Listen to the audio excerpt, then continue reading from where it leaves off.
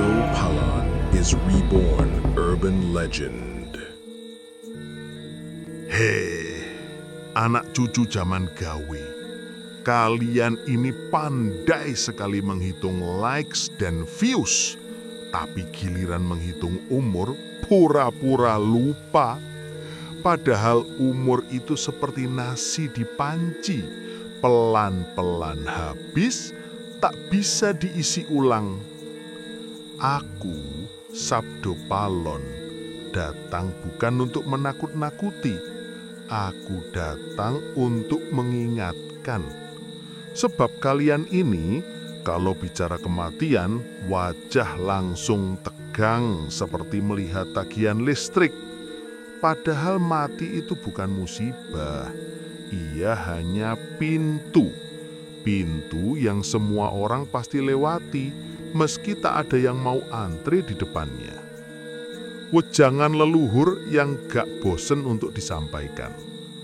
Wong urip iku mung mampir ngombe. Hidup itu hanya singgah untuk minum. Tapi kalian singgahnya kebablasan. Minum kopi 3 gelas, selfie 5 kali, lupa bertanya, setelah minum ini aku mau kemana? Kematian bagi leluhur Jawa bukan akhir. Ia adalah perjalanan pulang. Ruh atau nyawa sejati tak pernah benar-benar mati. Tubuh ini hanya pakaian, dan seperti baju yang kotor, ia akan dilepas. Tapi kemana ruh pergi setelah itu? Nah, disinilah cerita kita dimulai. Aku akan bercerita dengan bahasa yang kalian mengerti. Kadang aku akan menyindir. Kadang aku akan membuat kalian tertawa. Meski tawa itu pahit. Sebab wejangan tanpa humor itu seperti sayur tanpa garam. Hambar, bikin males denger. Bayangkan saja, di dunia ini kalian sibuk ngurus KTP, SIM, BPJS, tapi di alam sana tak ada petugas loket. Yang ada hanya pertanyaan, siapa kamu dan apa yang kamu bawa dari dunia? Kalau jawabannya cuma utang dan penyesalan, wah, siap-siap nyasar. Dalam babat tanah Jawa, ada kisah tentang arwah yang tak tenang karena masih terikat pada urusan dunia.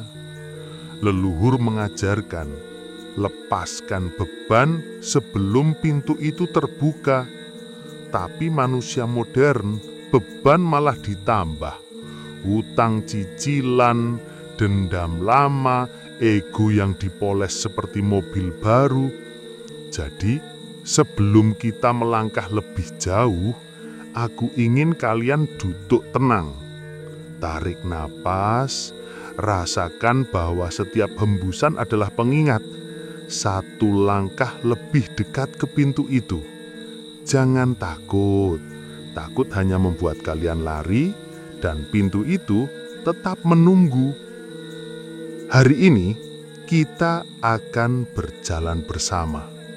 Aku akan memandu kalian melewati lorong cerita dari dunia yang kalian kenal menuju alam yang tak pernah kalian lihat. Kita akan singgah di ajaran-ajaran kuno, bercakap dengan simbol-simbol, dan mungkin tertawa di tengah mistik.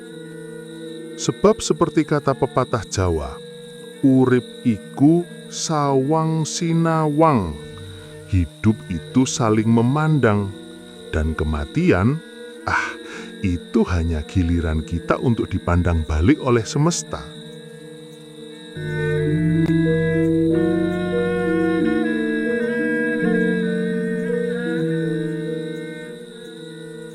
Nah, kalau mau tahu kemana ruh pergi, pertama-tama kau harus tahu dari mana ia datang. Jangan seperti orang yang tersesat di pasar malam. Keluar masuk tenda, tapi lupa pintu masuknya. Dalam ajaran Jawa, ada satu konsep yang menjadi kunci, sangkan paraning dumadi. Artinya, asal-usul dan tujuan segala ciptaan. Ruh manusia, kata para pujangga, datang dari sumber yang tak terbayangkan, Kang Maha Suci, dan akan kembali ke sana. Hidup hanyalah perjalanan singkat di antara dua titik itu. Tapi manusia modern, kalian ini seperti penumpang kereta yang sibuk main game di ponsel, tak pernah melihat pemandangan di luar jendela. Padahal perjalanan itu indah, penuh tanda-tanda. Leluhur kita membaca tanda dari angin, dari suara burung, dari mimpi. Kalian membaca notifikasi. Leluhur Jawa memberikan wejangan. Wong kang wus ngerti sangkan paraning dumadi ora kagoda dening donya. Orang yang memahami asal dan tujuan hidup tak akan tergoda oleh dunia. Tapi lihatlah sekarang, orang yang hafal wejangan ini pun masih tergoda diskon online. Filosofi Jawa memandang ruh sebagai inti yang tak bisa rusak. Tubuh hanyalah wadah sementara, seperti kendi tanah liat yang suatu saat akan pecah. Ruh itu ibarat air di dalam kendi. Ketika wadahnya pecah, air akan mencari jalan pulang. Tapi jalan pulang itu tidak selalu lurus. Ada yang berliku, ada yang penuh jebakan. Disinilah pentingnya laku hidup. Leluhur mengajarkan laku prihatin, menahan diri dari kesenangan berlebihan, menjaga pikiran dan hati tetap bersih. Bukan karena mereka anti senang, tapi karena mereka tahu ruh yang ringan akan terbang lebih mudah. Roh yang berat oleh nafsu dan amarah, itu seperti balon yang diikat batu. Aku tahu kalian suka humor. Jadi bayangkan saja ya, di dunia ini kalian seperti peserta lomba lari karung. Karungnya adalah tubuh, dan di dalamnya ada batu-batu ego, keserakahan, dan kebodohan. Kalian berlari menuju garis akhir, kematian, tapi karung penuh batu itu membuat kalian jatuh bangun. Leluhur bilang, buang batunya supaya sampai dengan mulus. Ada pula pandangan bahwa ruh melewati beberapa lapisan alam setelah meninggalkan tubuh. Lapisan pertama adalah alam kubur, bukan sekedar tanah, tapi ruang transisi di mana ruh mulai melepaskan ikatan dunia. Lalu ada alam arwah, tempat ruh bertemu dengan leluhur atau makhluk halus yang menjadi penjaga gerbang. Dan akhirnya kasungatan, hakikat sejati, tempat ruh menyatu kembali dengan sumbernya. Tentu saja semua ini bukan peta wisata yang bisa kalian lihat di Google Maps.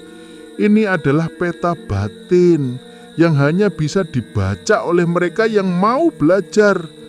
Leluhur kita belajar lewat tapa, semedi, dan tirakat. Kalian belajar lewat tutorial YouTube. Tidak salah, karena belajar di YouTube sebenarnya ujian kecerdasan kita. Ujian bagaimana kowe menerima segala informasi dengan tenang, mau mengolah rasa dan bijak. Tapi ya, jangan harap ruh kalian paham arah kalau GPS-nya saja mati. Dalam wejangan Sabdo Palon yang tersimpan di cerita rakyat ada sindiran.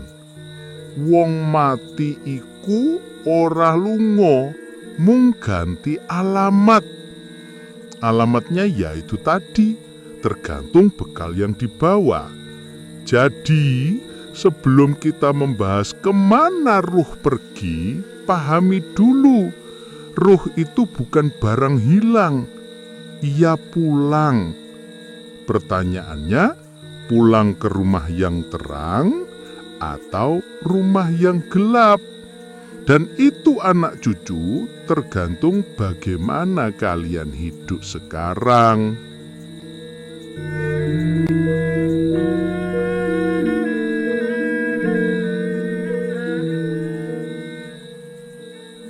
Nak, perjalanan ruh itu seperti wayang di panggung malam.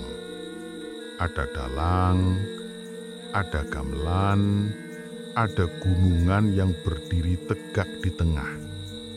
Tapi kalian hanya melihat tokoh-tokohnya, lupa membaca makna di baliknya.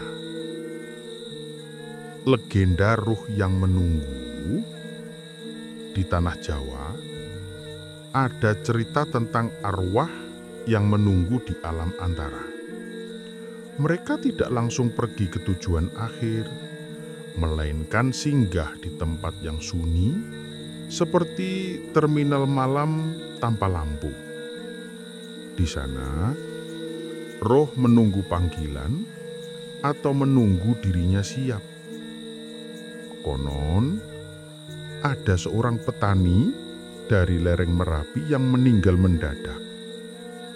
Ruhnya terlihat oleh orang-orang yang peka, duduk di bawah pohon beringin, memandang ke arah desa.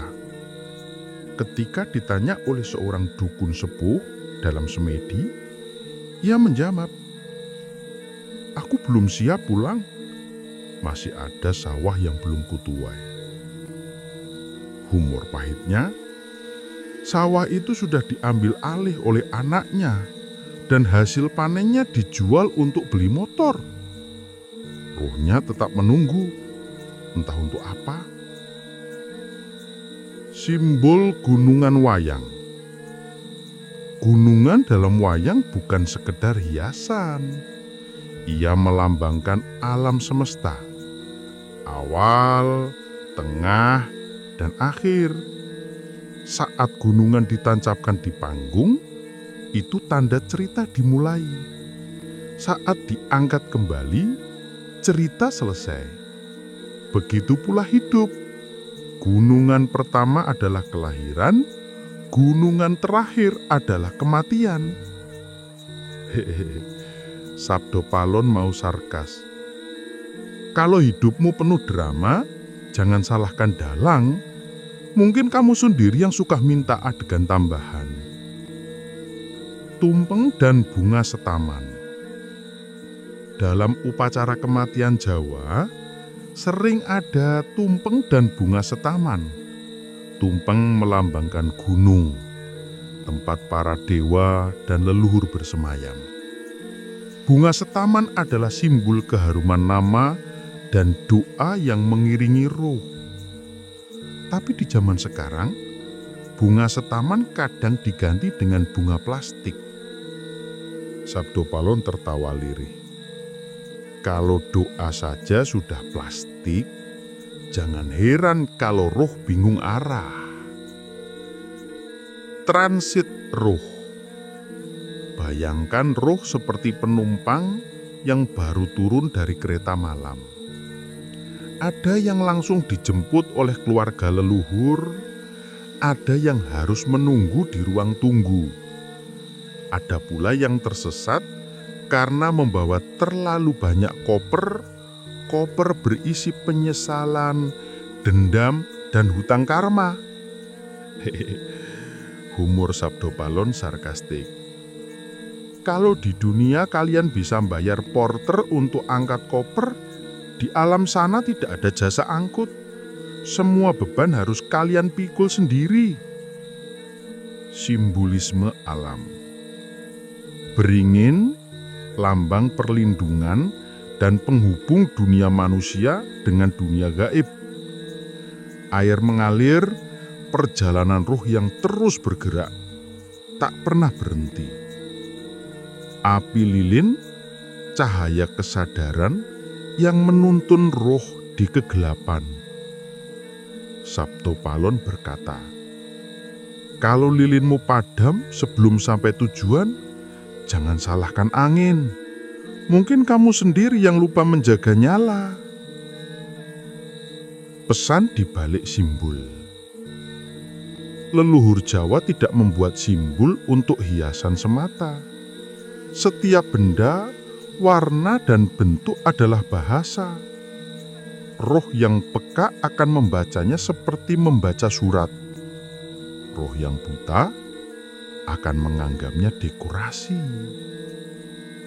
Sindiran terakhir di babak ini. Kalian ini suka foto di depan gunungan wayang, tapi tak pernah bertanya apa artinya. Sama seperti suka foto di makam leluhur tapi lupa mendoakan.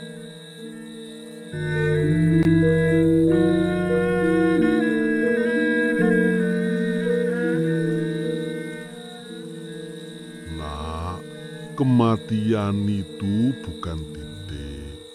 Ia adalah koma panjang di mana cerita masih berlanjut. Bedanya, halaman berikutnya tidak bisa kau baca dengan mata, hanya dengan rasa. Tahap 1, alam kubur. Bagi leluhur Jawa, alam kubur bukan sekadar tanah yang menutup tubuh. Ia adalah ruang transisi, seperti ruang tunggu bandara, tapi tanpa kursi empuk dan AC. Di sini roh mulai melepaskan ikatan dunia. Semua yang kau cintai, rumah, harta, bahkan tubuhmu, tinggal kenangan. Kalau di dunia kau sibuk pasang password di ponsel, di alam kubur tak ada yang mau membukanya. Semua rahasia akan terbuka sendiri. Di alam ini, roh akan dihadapkan pada cermin batin. Cermin itu tidak memantulkan wajah, tapi memantulkan semua perbuatan. Leluhur percaya rasa malu atau bangga yang muncul di sini akan menentukan langkah berikutnya. Tahap 2, alam arwah. Setelah melewati alam kubur, roh memasuki alam arwah. Disinilah ia bertemu dengan leluhur, guru spiritual, atau makhluk penjaga gerbang. Bayangkan seperti reuni keluarga, tapi kau tidak bisa memilih siapa yang hadir. Ada yang kau rindukan, ada yang kau hindari. Kalau di dunia kau suka menghindar dari orang yang kau sakiti, di alam arwah kau justru akan duduk satu meja dengan mereka, dan meja itu tidak punya ujung. Di alam ini, roh akan menerima wejangan atau ujian. Leluhur akan menanyakan bekal yang kau bawa, kebajikan, kesadaran, dan keikhlasan. Roh yang ringan akan dipandu ke jalan terang. Roh yang berat akan diarahkan ke jalan pembelajaran ulang. Kasunyatan. Kasunyatan adalah hakikat sejati, tempat roh menyatu kembali dengan sumbernya. Tidak ada bentuk, tidak ada waktu, hanya kesadaran murni. Leluhur menggambarkannya seperti kembali ke laut setelah menjadi ombak. Ombak itu indah, tapi ia hanyalah bagian dari laut. Humor halus.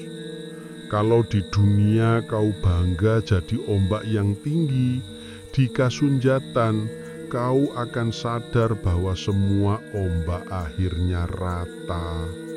Perbandingan dengan reinkarnasi dan moksa.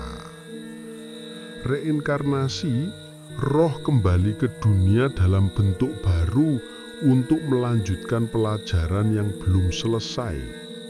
Moksa, kebebasan dari siklus kelahiran dan kematian menyatu dengan sumber. Pandangan Jawa memadukan keduanya. Roh bisa kembali kalau belum selesai belajar, atau menyatu kalau sudah mencapai kesempurnaan. Kalau di dunia kau suka bolos sekolah, jangan heran kalau harus mengulang kelas. Roh pun begitu. Kalau pelajaran hidup belum lulus, ya kembali lagi. Ngantri pencerahan. Bayangkan di alam sana ada loket pencerahan. Roh-roh berbaris rapi, menunggu giliran. Ada yang cepat dipanggil, ada yang menunggu ribuan tahun. Sabdo Palon tertawa. Kalau di dunia kau suka nyerobot antrean, di alam sana tidak bisa. Penjaganya bukan satpam, tapi hukum semesta. Tahapan ini bukan untuk menakut-nakuti, tapi untuk mengingatkan. Hidup adalah persiapan. Bekal yang kau bawa akan menentukan jalur perjalanan roh. Wejangan Sabdo Palon. Urip iku mung singgah ngombe. Nanging sing ngombe kudu ngerti rasa banyune. Hidup itu singgah untuk minum, tapi yang minum harus tahu rasa airnya.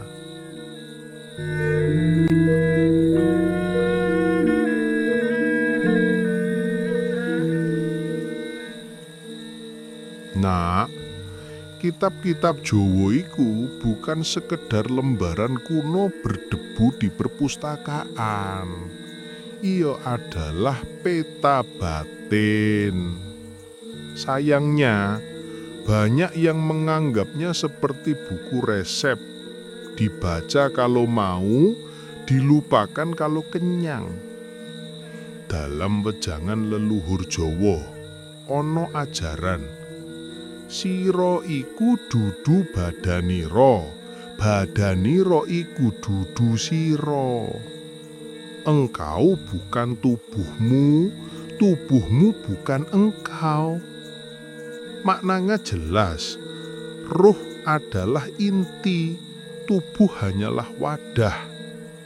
Tapi di zaman sekarang, orang lebih sibuk merawat wadah daripada isinya.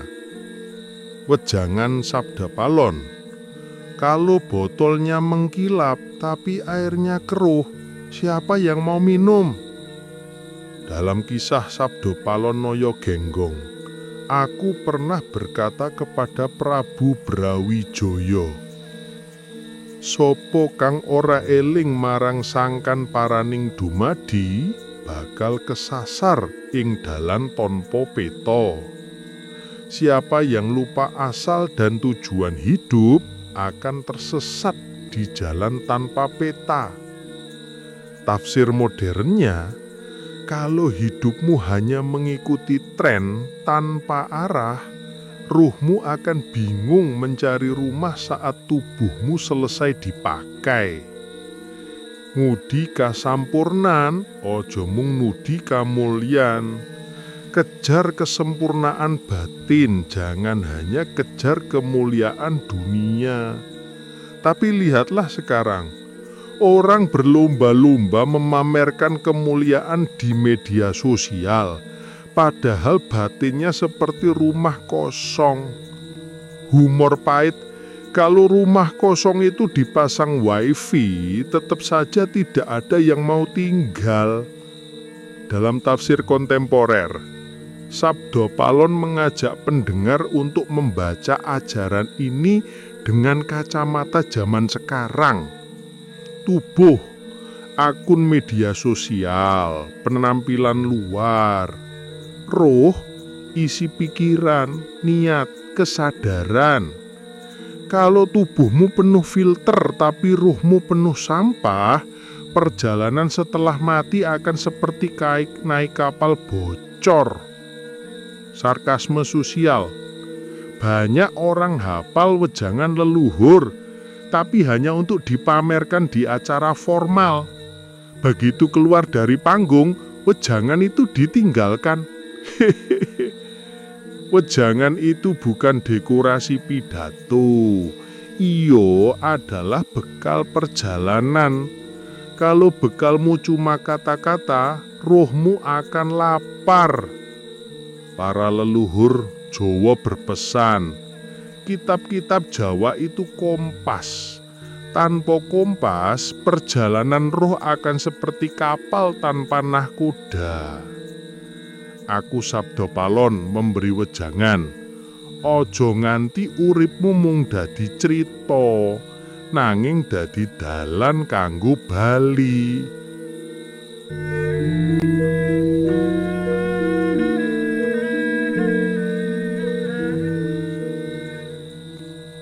Nak, kita sudah berjalan jauh malam ini. Dari pintu kematian, lorong-lorong alam, hingga kasunyatan. Sekarang saatnya kita duduk sebentar, menatap api kecil di hati, dan bertanya, bekal opo sing bis kita siapake? Rangkuman perjalanan. Kematian bukan akhir, melainkan pintu pulang. Roh adalah pengembara yang tak pernah benar-benar berhenti. Alam kubur mengajarkan pelepasan. Alam arwah mengajarkan pertemuan. Kasunyatan mengajarkan kesatuan. Semua tahapan itu bukan untuk ditakuti, tapi untuk dipahami. Sebab yang menakutkan bukan kematian, melainkan hidup yang dijalani tanpa arah. Pesan hidup leluhur Jawa selalu mengingatkan, hidup adalah kesempatan untuk menyiapkan jalan pulang. Bekal terbaik bukan harta, bukan gelar, tapi kesadaran dan kebajikan. Wejangan Sabdo Palon, kalau bekalmu cuma foto-foto liburan, rohmu akan bingung mencari kompas. Bekal itu adalah laku, menjaga pikiran, ucapan, dan tindakan tetap selaras dengan rasa. Menjalani hidup dengan elim atau ingat dan waspodo. Sarkas Sabdo Palon. Bayangkan nanti kita bertemu di alam sana. Kau datang dengan wajah bingung, aku duduk di bawah beringin sambil menyeruput teh. Kau bertanya, Mbah Palon, ini kemana? Sabdo Palon menjawab, ke rumahmu sendiri. Tapi kalau kau lupa alamatnya, yuk kita keliling dulu. Tawa itu akan mengiringi langkah kita. Sebab perjalanan roh tidak harus tegang. Leluhur tahu, sedikit humor membuat beban lebih ringan. Kutipan penutup. Sabdo Palon menutup dengan kutipan dari serat Wedatomo. Sopo kang eling lan waspada, bakal slamet ing urip lan pati. Siapa yang ingat dan waspada akan selamat dalam hidup dan mati. Akhir wejangan Sabdo Palon. Nah, hidup ini singkat, tapi cukup panjang untuk belajar. Jangan tunggu pintu kematian terbuka baru kau mencari kunci. Mulailah sekarang, sebab ruhmu suatu hari nanti akan mengetuk pintu pulang. Dan semoga saat itu kau sudah tahu cara membukanya. Suara perlahan memudar, diiringi gamelan lirih dan desir angin malam.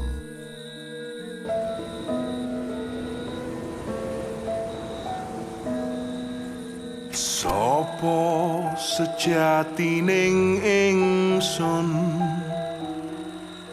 sejatining ingsun mung kalih kangkung. Suwung ngawung-ngawung, suwung ngawung-ngawung, ora ana sing ana dudu.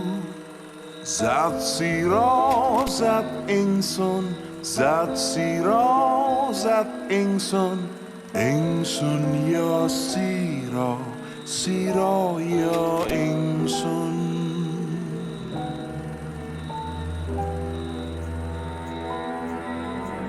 Laku lelono iki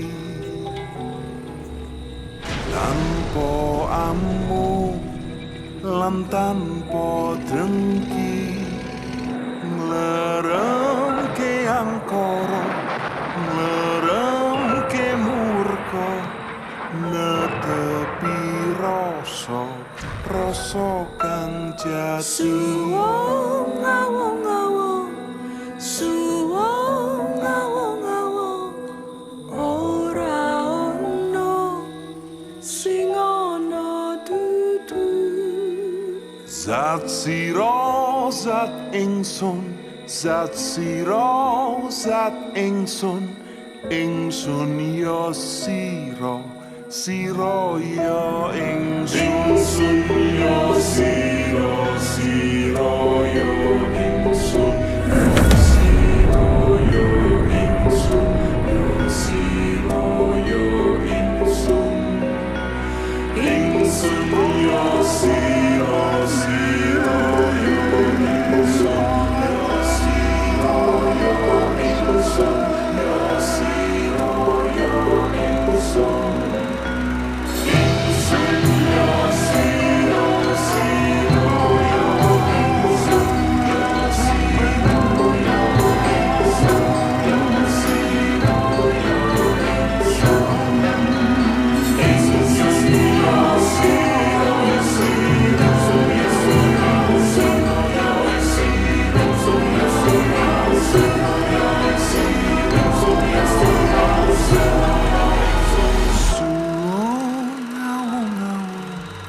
Suwung ngawung-ngawung, ora ana sing ana dudu.